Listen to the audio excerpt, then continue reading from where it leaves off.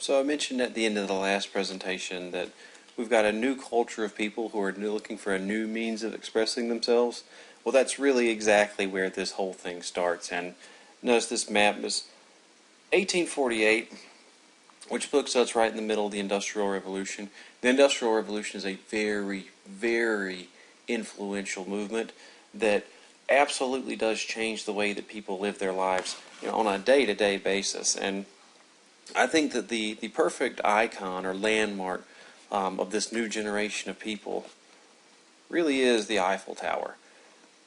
It was originally constructed to be part of the 1889 World's Fair. It was never supposed to be a permanent structure. In fact, the whole time it was being built, the population of Paris was a little bit irritated because, without any context, this is not an attractive-looking structure. It just looks like an oil derrick or a phone tower of some sort. It's just not aesthetically pleasing. It's supposed to be a technological and engineering feat. To have a structure that's 1,000 feet tall, this really was impressive for its day, and it was built out of iron. Had it been constructed maybe 10-15 years later, they would have used steel, but at the time, the Bessemer steel process hadn't been invented, and it wouldn't have been economically feasible. So this whole thing is really cast iron pieces, and cast iron doesn't age all that well, so they're constantly doing maintenance on the Eiffel Tower as a means of just keeping it in one solid piece. I've never seen a photograph of the Eiffel Tower that really does justice to its magnitude. It really is a massive, massive structure, and it says here 984 feet. You'll see different numbers. Some people say that it's an even 1,000 feet, and I'm not sure if they're not, counting the tower, the antenna on top, or whatever. But it's a very, very, very, very tall structure, and it came to be really this landmark, not just of Paris, but of Western civilization. As we move through the Industrial Revolution, the Eiffel Tower is this technological marvel that begins to dwarf all of the elements that did dominate the Parisian skyline before this, which was the steeples of the churches. If you go to most old European cities, things that weren't affected harshly by war and things like that, if you look around, the highest points in those cities will be the steeples of those churches, and that's not an accident. They really want to be able to look up to whatever it is that they see as the most important value structure. And a lot of people in 1889 really still felt like that should be their religion. But it's not just the thing that happened for the Eiffel Tower, it's a thing that happens in civilization after civilization. It's an interesting thing, but we'll try to move on. Well, I will go ahead and I'll tell you that the reason that the Eiffel Tower is still here and wasn't destroyed in 1889 is that, well, the French built it and put a whole lot of time and effort into it, a lot of financial effort too. So they finished it, and they were like, well, yeah, maybe we'll just leave it up for a few more years. All of a sudden, they start to use it to explore radio technology. They begin to test parachute designs by jumping off of it at the very beginning of aviation. They used it as a transmission tower during the First World War, and by the time you got to the First World War and it became part of the defensive network, you could basically just consider it a permanent structure at that point, and it definitely is now. In fact, if you go to Paris and you're on the Eiffel Tower looking around, it's really easy to forget that you're in Paris because you don't actually see the Eiffel Tower. It's a strange thing. I'll skip that. Now, the thing that I want you to pay attention to here is the decoration. This is what's referred to as Art Nouveau. That's Art, Nouveau, Art Nouveau, which is a movement, a strictly decorative movement that was based off of this curvilinear organic shape and line work, but it's purely decorative. It's not supposed to be educational, or there's a really good word for this, didactic. Something that's didactic is supposed to be like imbued with a message of some sort. It's supposed to somehow educate you or inform you or alter your decisions. This is strictly decorative. Art Nouveau is a decorative movement that, by most accounts, is a credit to one very specific guy named Alphonse Mucha, who almost never gets any credit. Let me see if I can backtrack to how far. Oof, there we go. Almost never gets credit for the work that he did. But if you think of Paris at the peak of its cultural contribution, what you're imagining there is Art Nouveau. Things like this. This is the type of thing that Alphonse Mucha was known for. And did that? Yes, it did. And this was a champagne bottle label.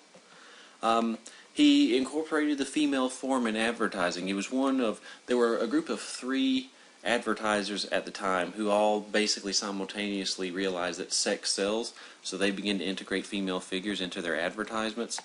But Alphonse Mucha was, in my opinion, the absolute best at it. The organic curvilinear nature of the work that he's doing, you can see that in elements like this sash that's sort of flowing around, the rest of the dress, how it drapes and folds. A lot of times you'll see him use hair. He uses a lot of flowers. His work is just very, very decorative. And I normally don't like artwork that is just pretty for the sake of being pretty, but it's really hard to argue the merit of Alphonse Mucha and what it was that he was able to contribute, because really, if you go to Paris and you think about its most romantic qualities, and you look back at the maybe bars or shops that have been restored to to its peak significance, then what you're seeing is the influence of Alphonse Mucha. And it wasn't just the paintings. He did do stuff like this, advertisements. He designed wallpaper, he designed furniture, he designed silverware and tableware and clothing, and he designed sets for plays. He was just involved in basically everything. In fact, at one point, he became so overwhelmed by people asking him to finish things for him that he made a manual to explain to all the other artists how they can do successful Art Nouveau just like he does, because he really didn't have enough time in the course of his lifespan to complete all the work that was asked of him. There's a few more good examples of his work. I just really love this. In fact, I'm just now realizing that I'm sitting on a couch, and right behind me is an Alphonse Mucha print. But let's not get caught up on that now. Just a really, really fascinating guy, Alphonse Mucha. Almost like an artist superhero or something. He just did a ton of work, and rarely, if ever, did anything that wasn't just absolutely jaw-droppingly impressive. In fact, if you're really particularly interested in what you saw there, look up Alphonse Mucha's Slav, S-L-A-V, epic. Slav epic.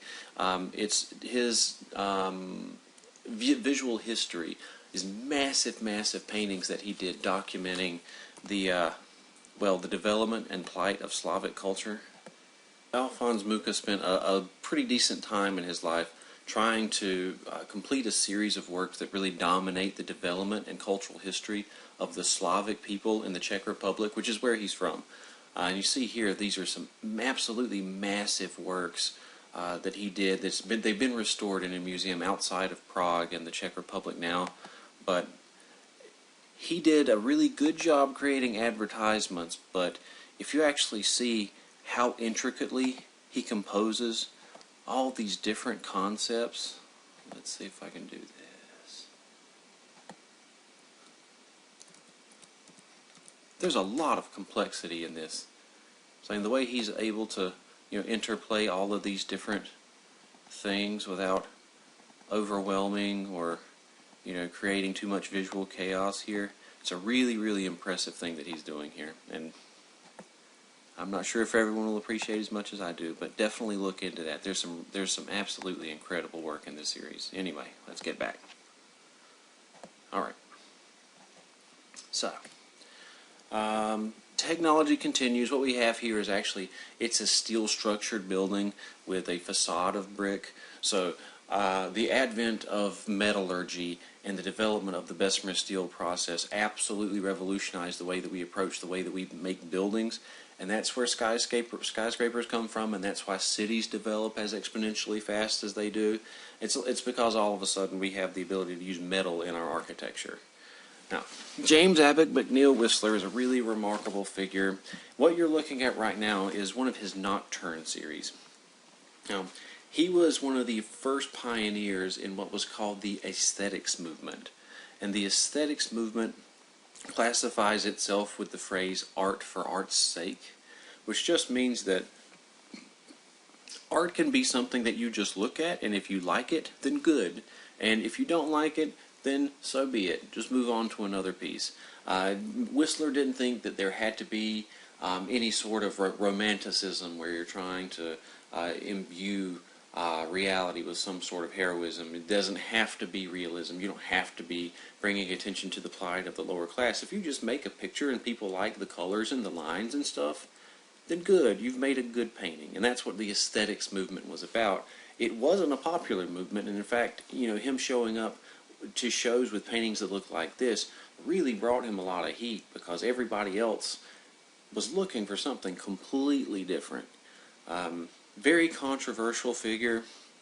You might have heard his name before in the form of a painting. Let's see if I can find it. Yeah, Whistler's Mother, right here. It's referred to as Whistler's Mother. That's not what he called it at all. He referred to it as composition in black and gray.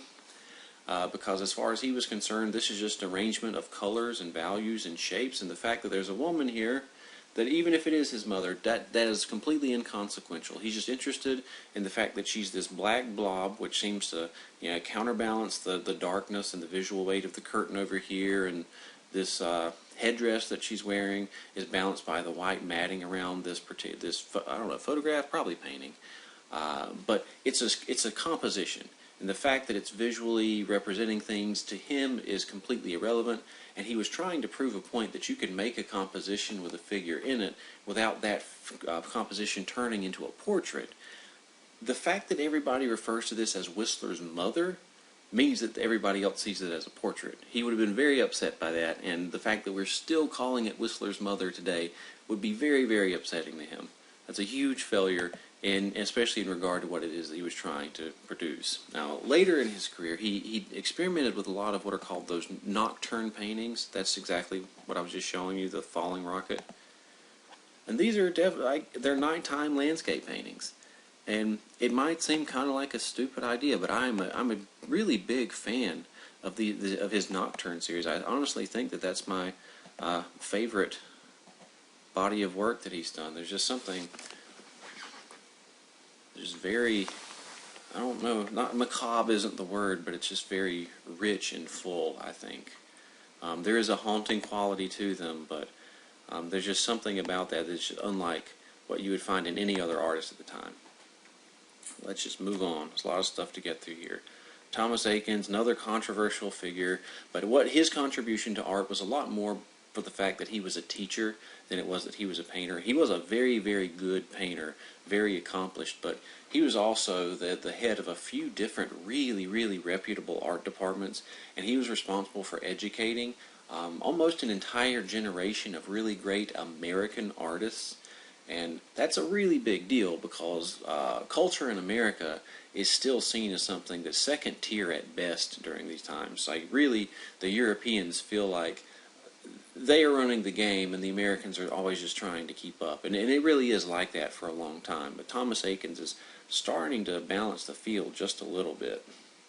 Now, Thomas Eakins had a lot of really prized students, but Henry Osawa Tanner, who painted this, is a really special perspective on this because he was actually an African American that Thomas Eakins allowed into the art program at the University of Pennsylvania, which was at the time a huge no-no. Like, women and black people for some reason were seen as being incapable of doing good artwork.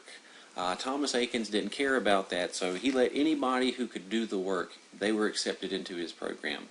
Now, that doesn't make him the most upstanding or most considerate of instructors or people. He definitely was involved in a lot of questionable professionalism, but in regards to his sense of aesthetic and his dedication to creating good art and creating good artists, Henry Ossawa Tanner is a perfect example of how just being open-minded and being progressive in that regard all of a sudden allows the entire perspective of African American culture, which before this had not been something that was represented in any serious way. Henry Ossawa Tanner is able to not only use the painting styles and the techniques that are popular during the day, but he's able to use that to depict this really sort of intimate and soulful moment that represents part of his childhood and part of the perspective of the African American person. It's a really interesting thing that really just starts with Thomas Eakins being someone who doesn't care about race or gender. So, yikes, this is a loaded one too. Man, we're getting into a lot of controversy. This might look like another stuffy, boring painting, and it kind of is, but in 1863, it upset a whole lot of people. Manet was a really controversial guy, and he's referred to as the father of Impressionism. And there's a little bit of confusion here, because I'm going to talk about Edward Manet now, and I'm going to talk about Claude Monet later. They were both Impressionists, and they were both pioneers in Impressionism. Now, Edward Manet is referred to as the father of Impressionism, while Claude Monet is referred to as the first true Impressionist, and that is very confusing, I know. But just know, Edward Manet, here around 1863, his father's trying to force him into becoming a lawyer because that's what his dad was doing. But Manet always just wanted to be a painter. He wanted to be an artist. He was an art historian. He just really was involved in being part of this new generation of artists.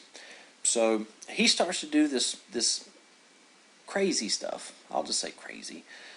He starts to use challenging subject matter. He starts to do things that are completely untraditional, and even the way I, again, wish I could zoom in on this particular painting and show you that the brushwork that you see here is really rough. Impressionism is referred to, and at least in sometimes is referred to as the revolution of the color patch, which just means that instead of the artist taking a lot of time to blend their brushwork in, they leave a lot of rough brush strokes. So if you walk up to these things, you can really see, each individual mark that's been made by an artist. It sounds like it would be easier to paint that way, but believe me, it's much more difficult. There's a lot of maturity involved in painting impressionistically, even if the end result doesn't really show what that effect is. So he's offending people by the way that he handles the paint, the fact that he drops this nude figure in the middle of this composition, which wouldn't have been a big deal if she wasn't sitting among clothed men, which automatically makes her a prostitute by most people's assumptions. Manet does a lot of commentary on nudity in society and the fact that it's perfectly fine for us to show nudity as long as it's a fictitious person, or if it's a god or a goddess, or if we're referring to ancient history somehow. But in a contemporary setting, people just don't go to any effort to divorce sexuality from nudity, which I think he thought was kind of weird, or at least funny.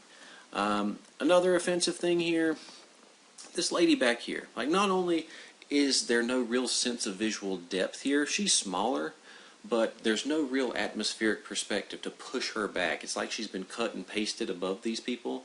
And again, that's Edward Manet just, throwing off tradition and not feeling any obligation to create a sense of depth there, because he didn't care about that. In addition to the way it's painted, the fact that she's standing in a shallow body of water, for some reason, just automatically means, at the time, that she's urinating in it. It was just this pop culture thing that whenever you see a lady standing in a shallow body of water, it means that she's probably urinating in it. So there are a lot of things that are going on here, but I think what's interesting is that Edward Manet, being an art historian, was really just taking, oh gosh, how far back do we need to go? Oh, look at that. This arrangement of people right here, from this, I think, 15th century Italian print, this is something that would have been perfectly acceptable in basically any context. But if you take that into a modern setting, all of a sudden it's upsetting. All of a sudden it's challenging things. And Manet actually uses himself. That's a self-portrait, and that's his cousin. And this is a female obsession that he had. He uses this female model over and over and over again, and she was another French Impressionist painter all her own. She was also a really good singer. She did street performances. She was just a very respectable and remarkable person in her own right. But Edward Manet uses her over and over again. In fact, this is the same female here in another reference that you might get. This is, in almost every way, a reference to the Venus of Urbino. Right. Difference is, he's actually brought the servants into the foreground, given her significance, given her a role in the narrative that's happening here, and he's replaced that loyal fidelity in the form of a dog with this black cat, which is, it's the same thing black cats mean today. So he's almost creating a parody or a satire of the Venus of Urbino. He's also done something slightly different with his figure here, in that this is not a shy, demure female in repose like this is. She's glancing at us, but she's still being a bit diminutive. This is a confident female figure who's not fazed by the fact that we're here in her presence or that she's nude, which again automatically made people assume that he was painting another prostitute. But a lot of the same visual imagery, a lot of the same color symbolism that you saw in the first one, but this is a very confident, almost confrontational female figure. He's almost, I don't want to give him too much credit here, but he's almost giving females the right to sort of reclaim their nudity or their sexuality. But this is still 1863, so I don't really know how far he was intending to take that. Now, here is your second Impressionist. Like I was saying, this is Edward Manet. This is Claude Monet. Now, even though this is 1863, and this is 1872, and even though Edward Manet is referred to as the father of Impressionism, this is supposed to be the first official piece of Impressionistic artwork. So Claude Monet is the first true Impressionist, because in 1872 he paints Impression Sunrise. And originally he had called this thing Sunrise, but he took it to a show and he heard these snide comments being made by critics, and they're saying, well, it's more like an impression of a sunrise than anything. And he overheard this, and he's like, you know what? That's exactly what it is. This is my impression of a sunrise. Like, this is how he records that visual imagery. This is how he records that light and color, and that's what Impressionism is about. It's about that visual experience that you have of things. It's about just processing the fact that, light is this wavelength that reflects off of things and back into my eyeballs, and, I process that information, but also, look at the size. This is a very small painting, a portable size painting, because Claude Monet had this process where he could go to the art store and buy a mass-manufactured canvas and mass-manufactured paints and brushes, which is not something that was available, say, 30, 25 years before this. So this is a new thing. He just gets a basket full of these pre-mixed paints, pre-stretched canvases, pre-made brushes, and he just walks around, usually around sunrise or sunset, and he waits to see some effect of light that he's just really fascinated by. Now, the fact that this thing looks so rough and unfinished is because if you're painting a sunrise or a sunset, you really don't get more than, say, 20 or 30 minutes before the sun has completely changed positions. And if the sun shifts, then the light shifts, and the light shifts, then your colors are completely different.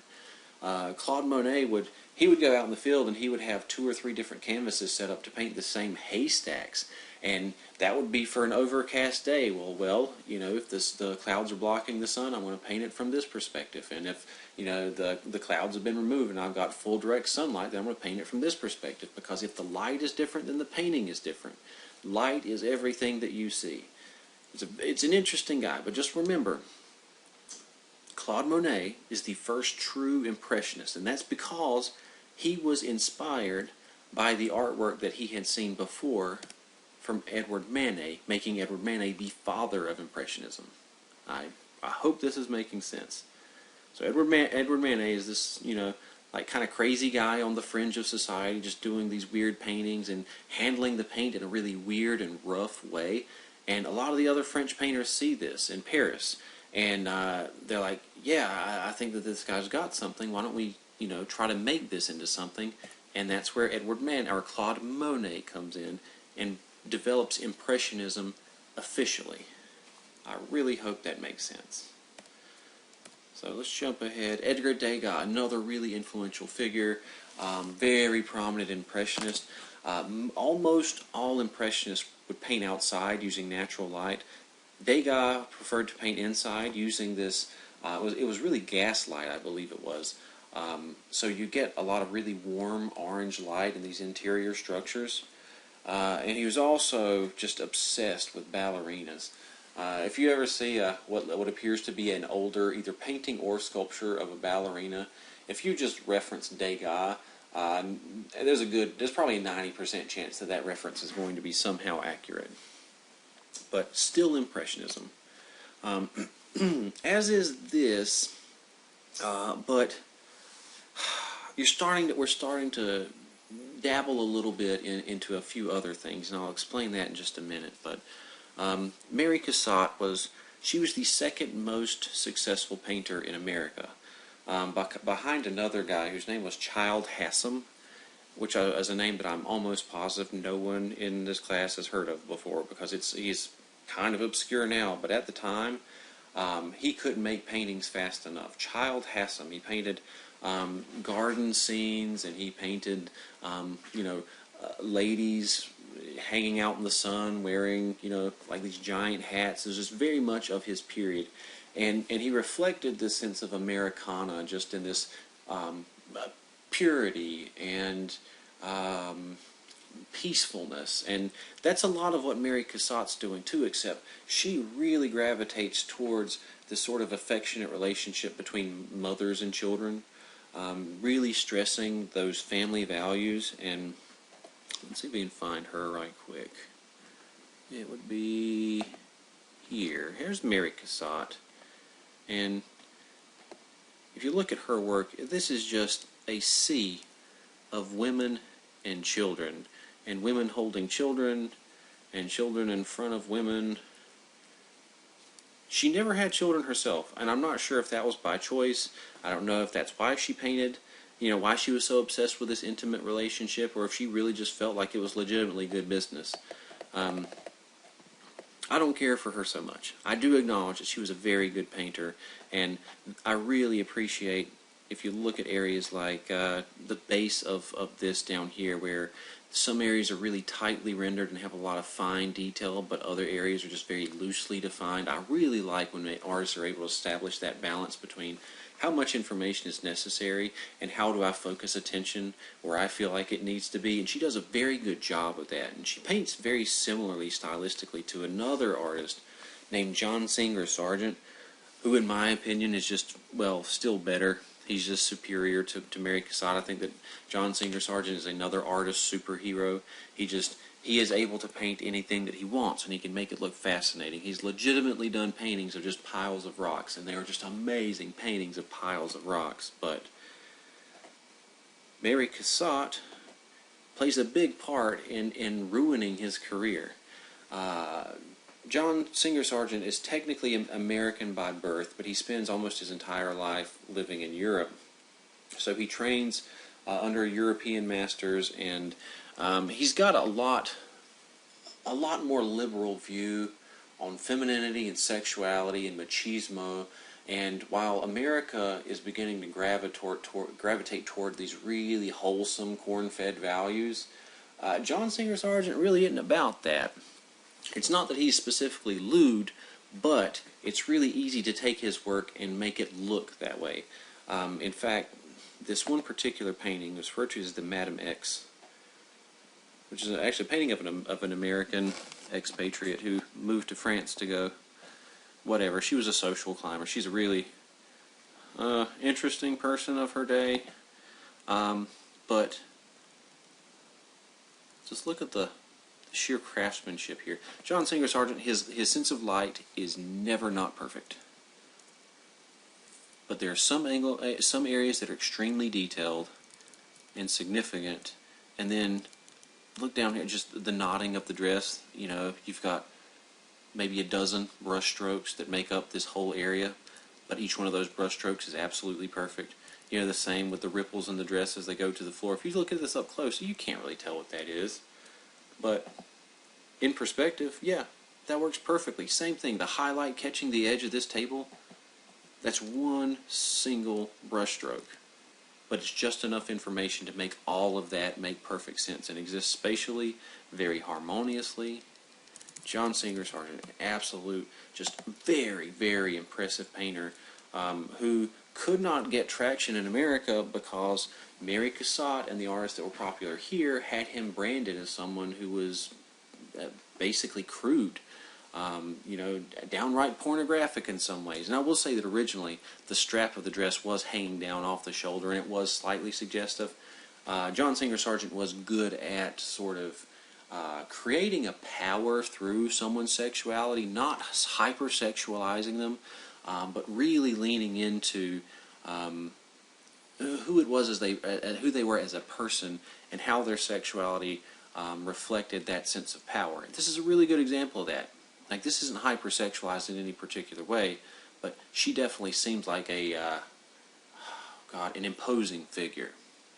Now, Mary Cassatt saw this particular painting, and just to prove the point that John Singer Sargent was intentionally being just lascivious, she painted this same lady, keep in mind, this same lady, oh no, like that. Could she be wearing any more clothing here? Now, the brushwork still, the way this is actually painted is really, really nice. I can't say anything bad about that. Technically, she knows exactly what she's doing, but she's basically just robbed the subject matter of all of its power. She's taken something that was, you know, really impressive and evocative and neutered it. But that's a personal thing as much as anything else. But just John Singer Sargent is a terribly, terribly talented guy. Just amazing. Good at everything that he did. Fascinating guy. Anyway, let's move forward. Oh gosh, Renoir, another really influential impressionist. I don't really have time to get into that too much. Paul Cézanne, though. We can talk about Cézanne because he's the first official post-impressionist. Now this is another key term. Post-impressionism. Post-impressionism is any modified form of impressionism, and that can mean any number of different things. There were multiple different types of post-impressionism, but post-impressionism is just anything that is a response to impressionism. A lot of artists saw that the way that the impressionists were using their colors, and they were being very loose and aggressive with it, and they were allowing for some optical blending. That's when, like, let's say, in order to make the color green, instead of using green paint, you might use a swatch of blue, and next to that you have a swatch of yellow. You take a few steps back and your eye automatically makes that a green. So they do that, not quite so directly, but they use a lot of optical blending. They use a lot of just lighting and light effects. But Paul Cézanne comes along and he's like, well, if I can tweak a few things in this artwork to make it look more successful, to make for a better painting, then that's exactly what I'm going to do. Because I don't make landscapes, I make paintings. I don't make objects, I make paintings. And if I can make a better painting, then why would I not do that? So you see here, he's actually altered the curvature of the branches of this tree to perfectly mimic the curvature of the mountain range in here, which is a compositional element that just creates unity. So you have here this nice curve, you have the same curve here. Like, you've got a lot of that upward swooping business that you have in these areas. So he's just deciding to let reality go for the sake of making better compositions. Same thing here. Now this is another really boring still life painting until I point one thing out to you, and it's going to hurt your brain every time you look at this. Paul Cézanne didn't make tables in the same way that he didn't make landscapes. If you look at the back edge of this table, You see that carries across here on this side and then disappears. Same thing with the front edge of the table. Like, what's happening there? Paul Cézanne decided that he liked the way that light was striking this specific still life from different angles at different times. So he would actually move his easel. He would start painting from one corner, and he might decide that if the light shifts, then I like the color better from this angle. He would move his easel over and just pick up the exact same painting from a different perspective. And if the table doesn't really exist like that, then he doesn't care, because he makes paintings and not tables. You know, there's some asymmetry in this glass bottle here. These cookies that are supposed to be stacked on this tray are actually kind of leaning forward up at us. You know, there's a lot of things that are going on here that physically don't make any sense, but it's still a good composition. You know, and from Paul Cézanne's standpoint, it's a perfectly good painting, regardless whether or not it violates all rules of reality and just tables in general. But that's post-impressionism. You know, as is this. This is what's referred to specifically as pointillism. Pointillism is a form of post-impressionism because it still uses that color, that optical blending. It uses those color patches, but the color patches in this particular case are very, very tiny, almost pixels. George Seurat is a great example who spends a lot of time developing theories about color and color relationships. And again, I wish I could zoom in. I could show you how he influences the way that you focus contrast on, like, the edge of this hat by ever so slightly lightening the value in the man's suit behind him. He does very subtle things like this as a means of really strengthening and emphasizing certain elements, or neutralizing and subduing other elements. But anytime you see pointillism, you're probably looking at a George Seurat painting. This was his thing. And it took years and years and years to get one of these figured out, because even though it took 2 years to do this one composition, for years before this, he was doing color studies where each one of these figures, he would figure out, like, just how do you place the dots in a way that makes sense. In fact, I'm supposed to be educating you. Let's do that. This is a close-up, or this is basically what you would see if you were to walk up to one of George Seurat's paintings and just really take a good look at it. It's just a bunch of dots, but you can see how he's using complementary values and those relationships between the colors to create these deeper neutral values for the shadows and darker colors, and more harmonious relationships, relative colors to make up these just warmer flesh tones. That's what you're seeing there. But he has to know exactly how these colors are going to interact with one another, you know, before he starts at that finished product. It's a very complicated thing, and I have all sorts of respect for somebody that's able to dedicate that much time to a process, but I still have to say that this painting is still kind of boring. Just a personal opinion. Impressive, but still kind of boring. Paul Gauguin, another fascinating figure, another controversial figure. Has his own form of post-impressionism here, but I will say that his biggest claim to fame, and I'm not going to say it's his whole legacy, because he was a very successful painter at the end of his career, and he has a very solid reputation in the art world. But what we're going to talk about more than that is that he was actually, for a little while, best friends with Van Gogh. There's a video about Van Gogh. You're going to have to take a quiz on that. Be sure that you watch that documentary. I do have a few issues with the documentary in that Van Gogh did have a lot of mental instability. A lot of people believe, looking back today, that he had something called frontal lobe epilepsy, which made it virtually impossible for him to control how he behaved in response to his emotions. So he did have a lot of, like, really dramatic emotional shifts and sometimes violent behavior, but most of the time he was a very thoughtful, very sweet and personable guy. If anybody gets the chance to see the movie Loving Vincent, which is it's actually kind of animated. It's a hand-painted movie. It's a full-length movie, but every still, every frame of it is hand-painted by a team of, there are 100 artists that finish that. I think they do a better job presenting the story of Van Gogh from the perspective of someone who's not just crazy and who does crazy things and ends up making crazy paintings because of it, but someone who has issues and someone who struggles struggles as a human being and just can't quite figure out how to live their world as an adult, on a day-to-day basis because of the issues that they're constantly carrying around with them. He was someone who was burdened by a lot of different things, but be sure that you watch that video, because again, you're going to have to take a quiz on it. Starry Night, I'll talk to you about this because I don't think they go into this all that much. This is a very serene image, but it's also about death. And I'm not saying that Van Gogh didn't associate death and serenity, with the same sort of general, sense of escape. Because I think that at one point in time he must have believed that his only form of escape from the issues that he was suffering from was death itself, because he did end up killing himself. This is a cypress stump, this mysterious thing that looks like it might be a fire or it might be some sort of evil castle or something. This is a cypress stump in the foreground. Cypress stumps were associated with death because they look like they're dying even though they're not.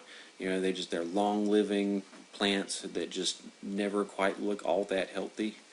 And the shape of this cypress stump that's associated with death almost completely reflects the image that you see representing, well, this is a church, So, death and life, everything that you see in the town, you see a few scattered lights on in windows here and there, which also seem to mimic the few scattered stars that you see here and there.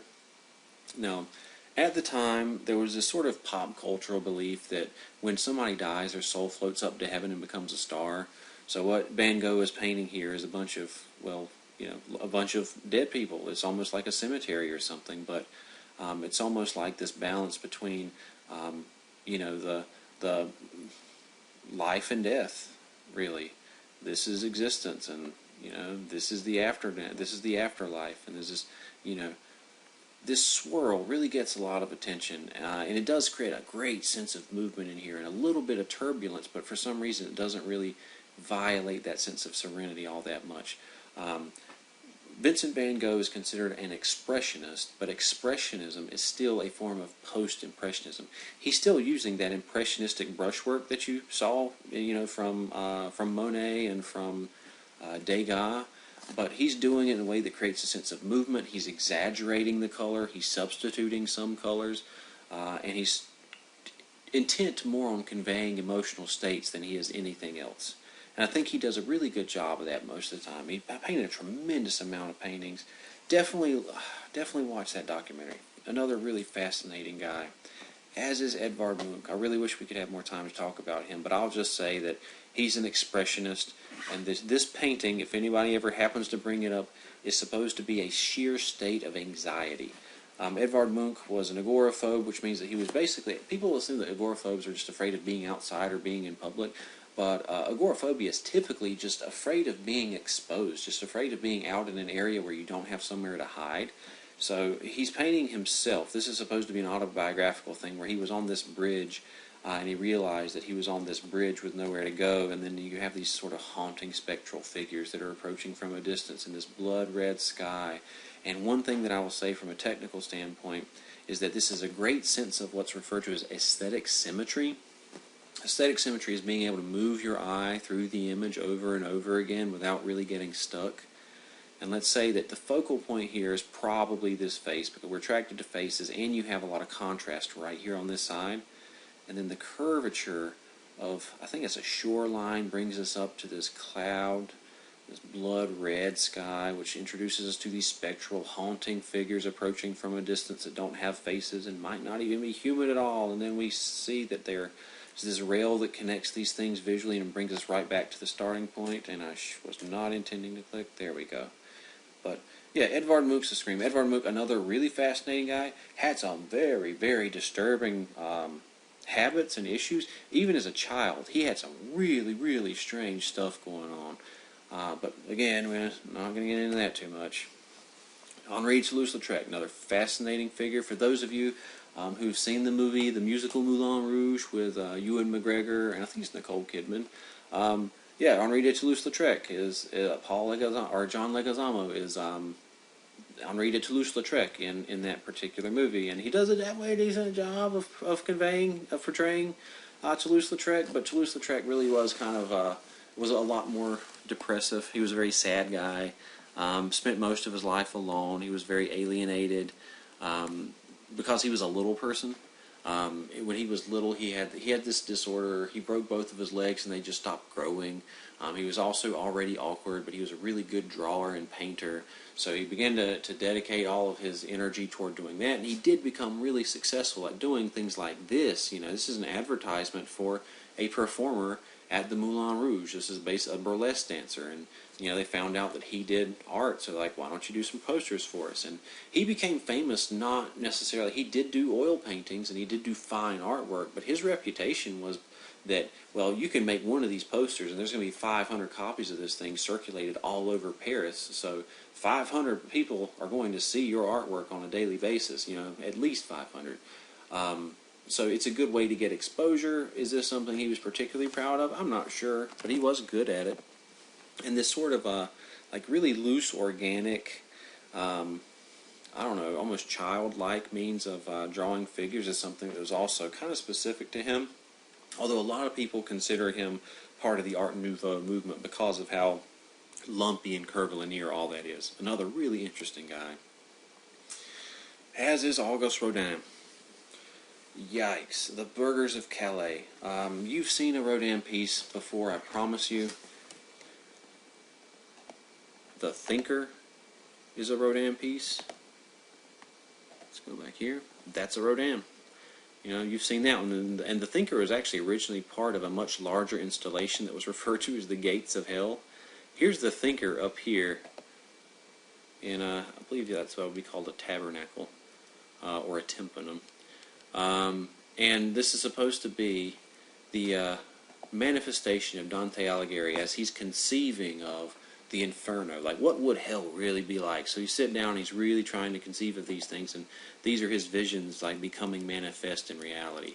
Rodin, another really controversial guy, was known to be argumentative and highly irritable, but he was still pretty much the only sculptor of this generation that was really doing absolutely remarkable work. He was, if you needed a sculpture done, Rodin was about your only option if you wanted something that was really, really impressive. Now, he covered a lot of area, and some of his sculptures were really good, and some of them were not.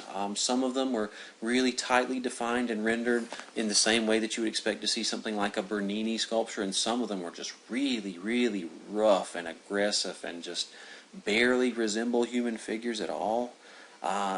Most of his work falls somewhere in the middle, and I think the Burghers of Calais is a good example of that. Rodin is considered an expressionist sculptor, so he still hangs on to the aesthetic of that unfinished quality. You know, in the same way that you see all the presence of the artist in an impressionist painting, you see all the little brushworks and the fingerprints and the tool marks. In the same way that if you look really closely at one of these, you're also going to see, you know, the impression of tool marks and maybe some handprints, and like you can see where the original clay had been smushed around and manipulated. He's also known for he elongates the arms. He exaggerates the size of the hands and feet just for the sake of allowing them to be more emotive. Now the story here, a burgher is basically an aristocrat. Calais is a town in France, and they have this story where basically this barbarian horde was holding their town captive, and basically for ransom. The barbarians essentially challenged the townspeople and said that if you can get 7 of your wealthiest townspeople to sacrifice themselves to us, then we'll leave you alone. And I believe that the assumption was that no one was actually going to do that, so they were just going to ravage the town anyway. But eventually they got 7 of these people to come forward. And it was this really heroic event that the town of Calais really developed an identity around, which is why they weren't happy at all when Rodin shows up with this really impressive, really well done sculpture. But it is not heroic whatsoever. You have an entire realm of coping mechanisms here. You've got like a ton of denial and bargaining and stoicism and just abject fear. This is a very disturbing version of that exact same story that they wanted, but they had to have known that if you go to an artist like Rodin, he's not necessarily going to give you exactly what you want. He's going to give you what he thinks you need, and that's what this is. But a truly remarkable figure, an expressionistic sculptor. You see, this is not clay. This is bronze. He was smart enough to do bronze casting for, I believe, most, if not all, of the work that he did, so he could reproduce them over and over again. So there are Rodin sculpture gardens all over the world. In fact, there's a pretty good one at the North Carolina State Museum in Raleigh. You'll see a lot of Rodin sculptures kind of all over the place because they can be reproduced. It was good business for Rodin. The final artist we're going to discuss is kind of a footnote, unfortunately, in this particular time period, and that's because Camille Claudel had a very challenging, unfortunate life. She was in Paris the same time that Rodin had built a studio, and she loved his work. She loved sculpture, and she really, really wanted more than anything else to study or just work. She said that she went several times just to beg to sweep the floors, just to be in that environment, and several times Rodin just turned her away because he didn't want a woman around because they were inferior and couldn't help out in any particular way. But she was so persistent that eventually not only did he let her work in his workshop, but they actually fell in love with each other, despite the fact that I think he was 25 years old. He was much older than she was. Now, the Claudel family was very wealthy, and they thought that Camille was insane, legitimately insane, because rather than just marrying a rich boy and moving into a rich family and having rich children, that she wanted to actually be an artist. So they saw that as a very clear sign of someone who didn't make any sense. And then when they found out that she was dating Auguste Rodin, who was this cantankerous older man, that was all the confirmation they needed to have her institutionalized, and that's exactly what they did. They sent her to an institution because she wanted to be an artist, and she would go for 6 months, maybe a year, and then she would be let out because she was otherwise perfectly fine, but then she would start doing artwork again, which then just confirms to her family that she's still sick and needs to go back. You see here how long, 13 years it took to complete this one sculpture, which isn't very big, it's about 10 inches tall, because she had to work on it a little bit at a time when she wasn't being institutionalized by her family. It's a horrible story. It hasn't always been easy being a female artist. That was a lowly profession.